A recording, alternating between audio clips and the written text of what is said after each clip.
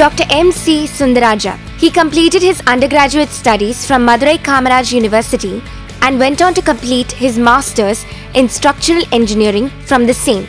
He is a doctorate from Anna University and he has also done his postdoctoral fellowship at the Queensland University of Technology, Australia. He has more than 17 years of experience in the teaching profession and he has also published papers in 39 international journals, 7 national journals, 27 international conferences and 51 national conferences. He has so far published 124 papers in various journals.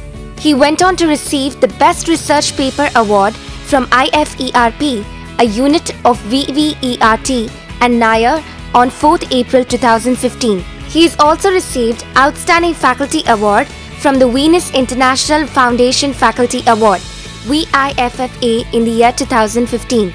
Currently, Dr. M.C. Sundaraja is now working as an assistant professor in Tyagarajar College of Engineering, Madurai. Welcome to UGC lecture series in bioarchitecture. So, here we are going to have a subject on design of structures 2.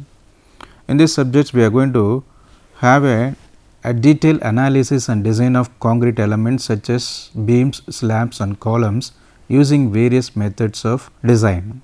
That is, the methods of designs are working stress method, ultimate load design method and limit state design method. In the first unit, we are going to have an introduction about concrete. Since we are going to have a detailed discussion on the reinforced concrete elements, we must know what we mean by the concrete. Then what do you mean by reinforced cement concrete, and what are the reasons for using steel as a reinforcing material in the case of reinforced cement concrete. Next, we move on to concepts of methods of design of RC elements. So, here we are going to have a detailed look on working stress design method, ultimate load design method and limit state design method. Finally, we are going to compare one method with another.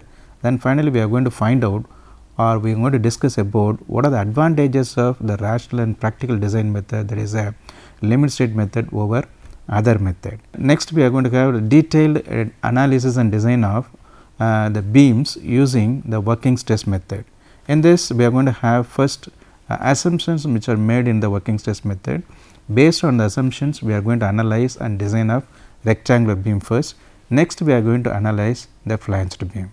This is the content of this first unit. In the case of reinforced cement concrete, so before going to the detailed analysis and design of the reinforced cement concrete elements, we must know first what do you mean by concrete. Concrete is the proper mixed proportion of cement, fine aggregate, coarse aggregate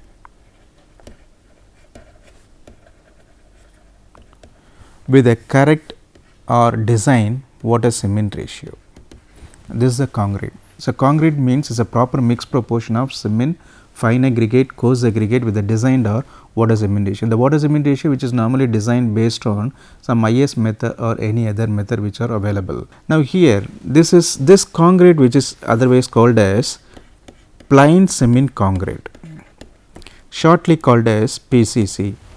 This concrete is again reinforced with the materials like plastics, wood, steel, any other material which are available in the market.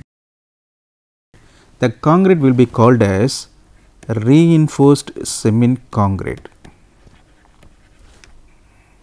Shortly it is called as RCC. But nowadays here we are using steel as a only material in the case of reinforced cement concrete. There are certain reasons behind it. What are the reasons for using steel as a only material in the case of reinforced cement concrete? There are only the technical reason. There are 3 technical reasons for using steel as a only material in the case of reinforced cement concrete structures. For example, first one, for example, when you have a simply supported beam which is supported at its ends, now it is subjected to some kind of forces. What will happen? This beam will deform like this. It means that the topmost layer shorten in its length and also it is subjected to a maximum compressive stress. and the bottommost layer elongates in its length maximum, and it is also subjected to maximum tensile stress. And there is a layer that is called as a neutral layer, which has neither compression nor tension, and the axis passes through the neutral layer is called as neutral axis. It means that the layer above the neutral layers are subjected to the compressive stress, and the layer below the neutral layer are subjected to tensile stress. We all know that concrete is very strong in compression. So, the layers above the neutral layers are entirely taken care of by the concrete. What about the layers below the neutral layers, which are subjected to tensile stress? So, here the concrete is very weak in tension. That is, we all know that if the concrete is allowed to take any tensile stress, what will happen?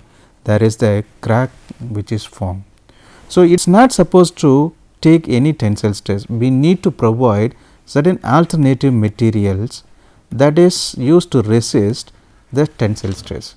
That material should have more tensile strength than that of any other material which are available in the market. Here we have found that steel is a only material which has more tensile strength than that of other materials. So, this is the first reason for using steel as a only material in the case of RCC structures. This is one. What is the second reason? We all know that due to change in temperature, the concrete will elongate or shorten in its length due to change in temperature. But what about when here we have used the material that is a steel in the RCC, the steel should also elongate and or shorten along with the concrete. So, here the scientists found that the coefficient of thermal expansion of steel is almost same as that of concrete. So, when it is almost same as that of concrete, the steel should also elongate, shorten in its length along with the concrete. So, this is the second reason for using steel as a material in the case of RCC. What is the third reason? When it is normally this RCC is called as a composite structures, the structure which has more than one material, that is called as a composite structures. So, here we are using steel as a material, that is there are two materials, one is concrete, another one is steel. So, here when it starts behaving like a composite structures, there should be a perfect bond between them, otherwise it will act separately. Here also they have found that there is a perfect bond between the concrete and steel. So, these are all the three reasons for using steel as a only material in the case of RCC structures. The first reason is it has more tensile strength. Second reason, the coefficient of thermal expansion of steel is almost same as that of concrete, and third reason, there is a perfect bond between them. So, this is the reason which are using steel as a only material for in the case of concrete structures. Next one is, I have already told you that water cement ratio. What do you mean by water cement ratio? That is amount of water divided by weight of cement. Then how to calculate amount of water for a particular batch of concrete? Normally in the particular batch of concrete mainly depends on one bag of cement. So, weight of one bag of cement is normally we all know that is 50 kg. If the water cement ratio for particular grade of concrete, normally the concretes are graded like M15, M20, M25, M30 like that.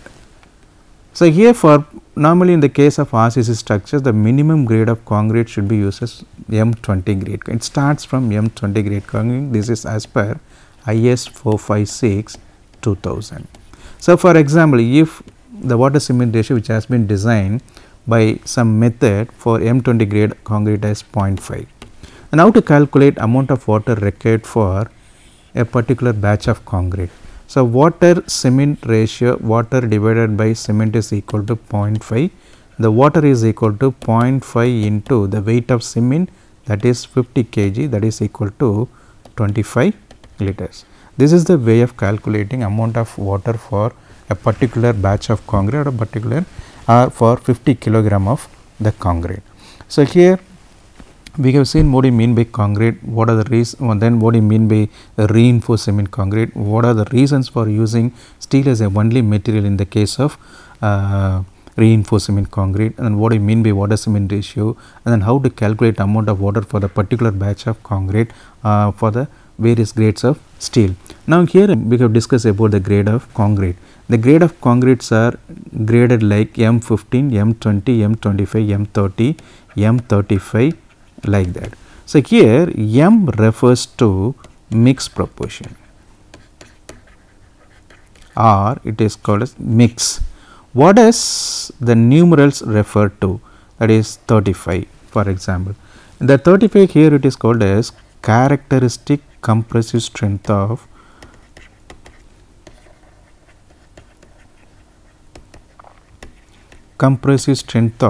concrete in Newton per millimeter square. So, now how to define, how they find out the, what do you mean if before that this is a characteristic compressive strength of concrete. But in the case of steel there are two main grades of steel, one is mild steel, another one is high yield strength deformed bars. In the case of high yield strength deformed bars we are having Fe 415 and Fe 500. So, here the 415 refers to the characteristic tensile strength of steel. Here in the case of M35, that is a concrete, 35 refers to characteristic strength of concrete. So, here generally it is denoted by characteristic strength of materials.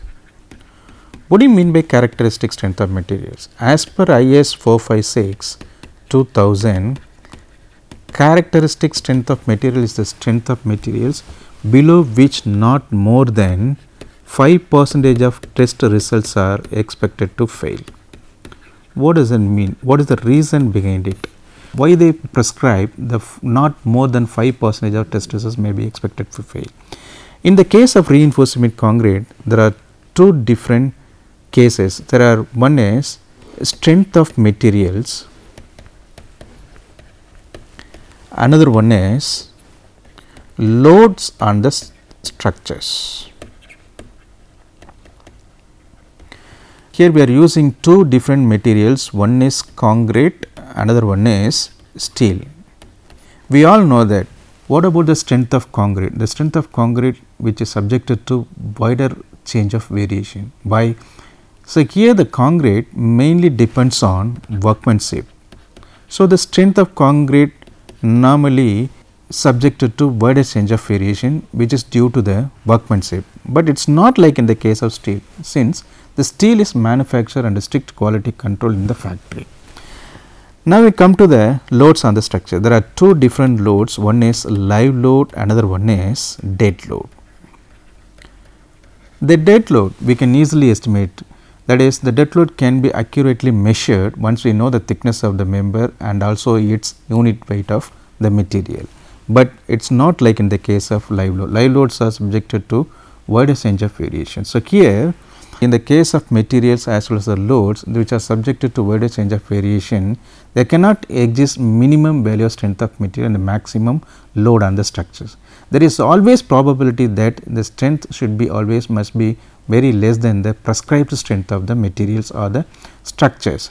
So, the IS codes allow certain percentage of test traces will be expected to fail. So, here as per IS 456, they allow for not more than 5% of the test results may be expected to fail due to these two reasons, that is the strength of material as well as the loads on the structures are subjected to wider range of variation. So, they define like the characteristic strength of material is the strength of material below which not more than 5% of the test results may be expected to fail.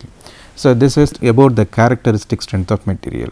Now, we have the concepts of methods of design. So far we have seen what do you mean by concrete, what is mean by reinforced cement concrete, what are the reasons for using steel as a only material in the case of reinforced cement concrete structures, what is water cement ratio and how to calculate amount of water for the particular batch of cement.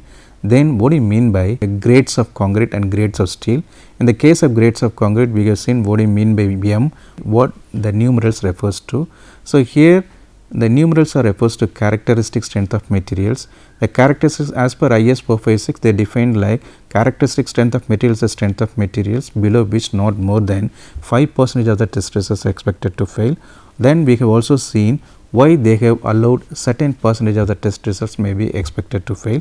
This is only due to there is the variation in the strength of materials and the load on the structures. Now, we move on to the concepts of methods of design.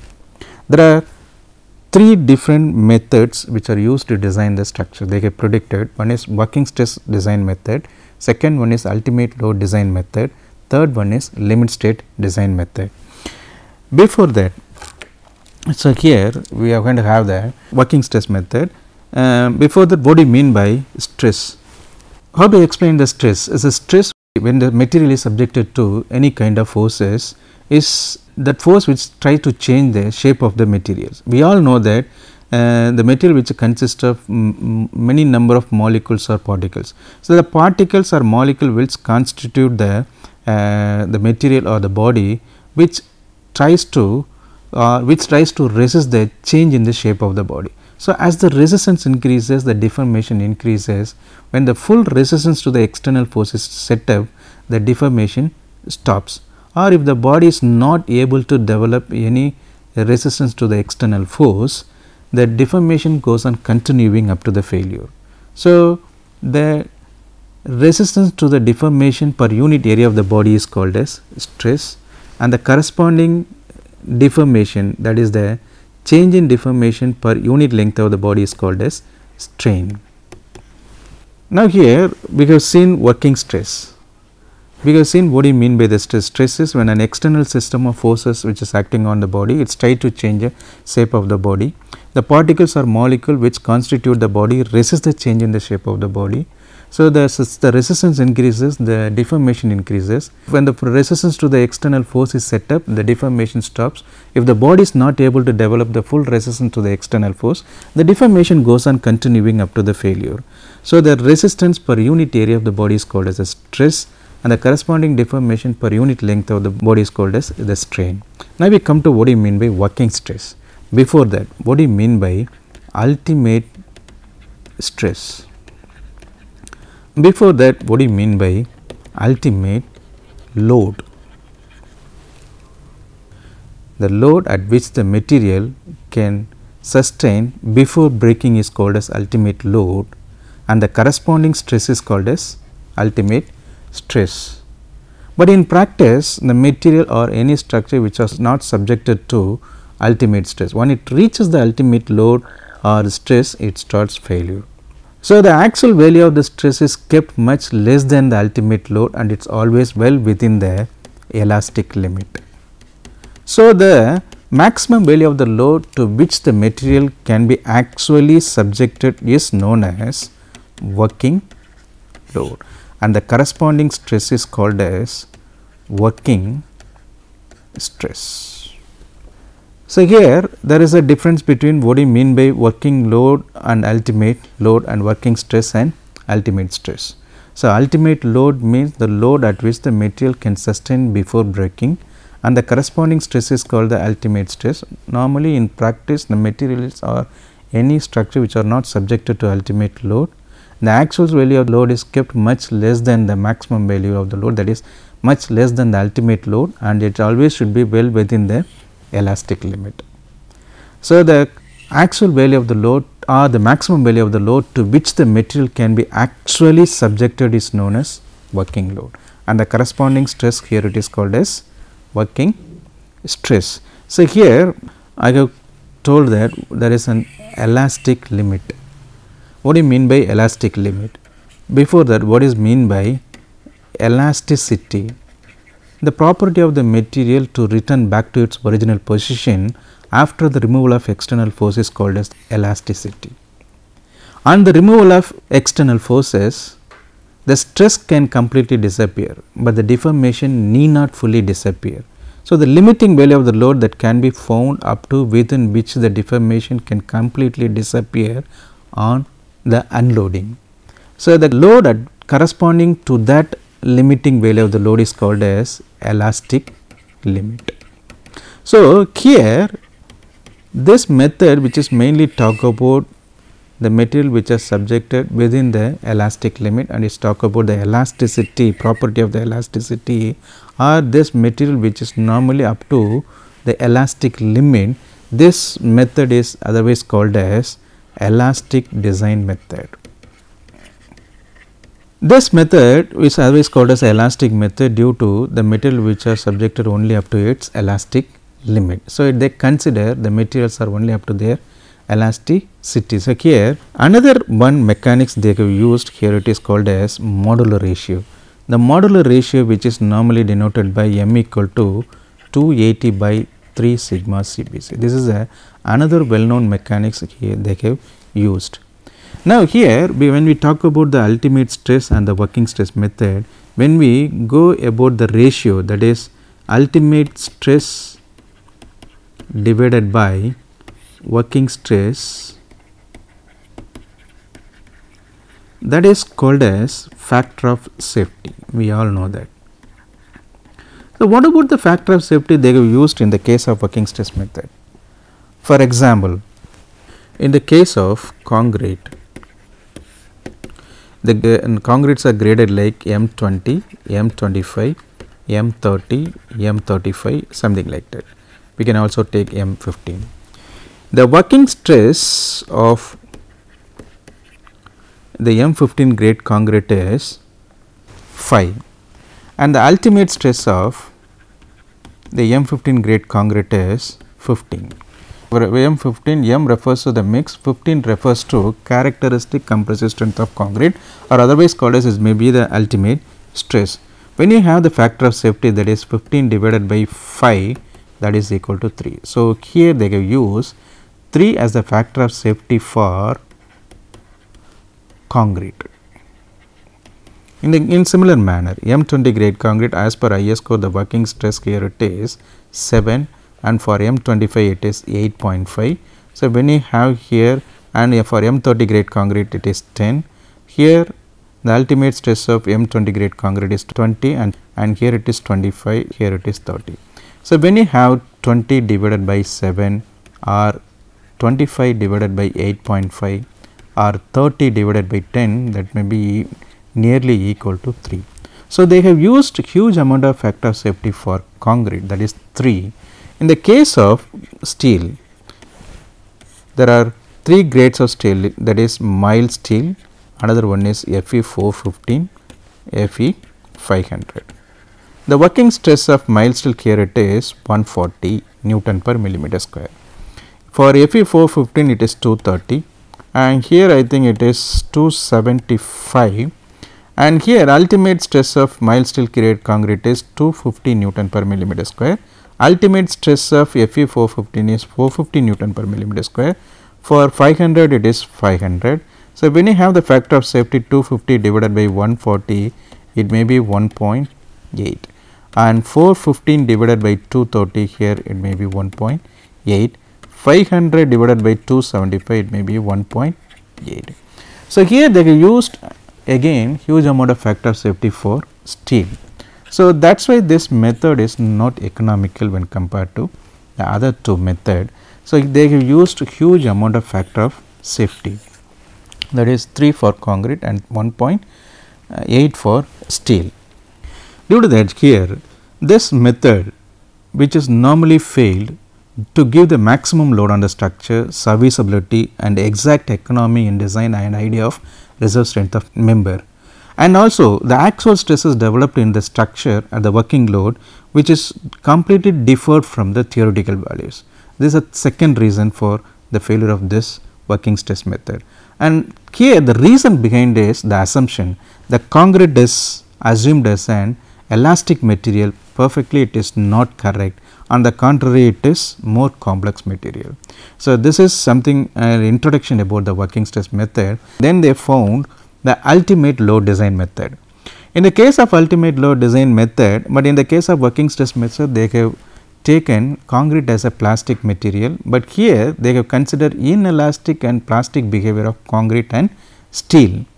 And here the loads are normally multiplied by the factor of safety to arrive the ultimate load, and also the ultimate stresses developed in the concrete and steel are known real values. Anyway, that however, the deflection and cracking effects were not considered under working loads, working conditions in the case of working that is ultimate load design method. So, this method is only used to check the ultimate load on the structure after designing with the help of working stress method to give the idea of real factor of safety of the structure. So, this is about ultimate load design method. Now, let us summarize what we have seen in the first lecture. That is, we have seen what do you mean by concrete, what do you mean by reinforced cement concrete, what are the reasons for using steel as a reinforcing material in the case of concrete, and what do you mean by water cement ratio, and how to calculate amount of water for particular grade of concrete. Then we have started discussing about working stress method, working stress design method, as well as ultimate load design method. In that we have discussed in detail about the differences among working stress design as well as ultimate load design method. And based on this content, we have to have some queries. What do you mean by concrete? That is we have detailedly discussed. What are the reasons for using steel as a only material in the case of RCC structure, that is reinforcing material? And what are the limitations of working stress method? How it is differed from other method? Next, the differentiate between working stress design method and ultimate load design method. How far this ultimate load method is more superior than the working stress method. For the references, we can have a code book, that is IS 456-2000 plain and reinforced concrete code of practice.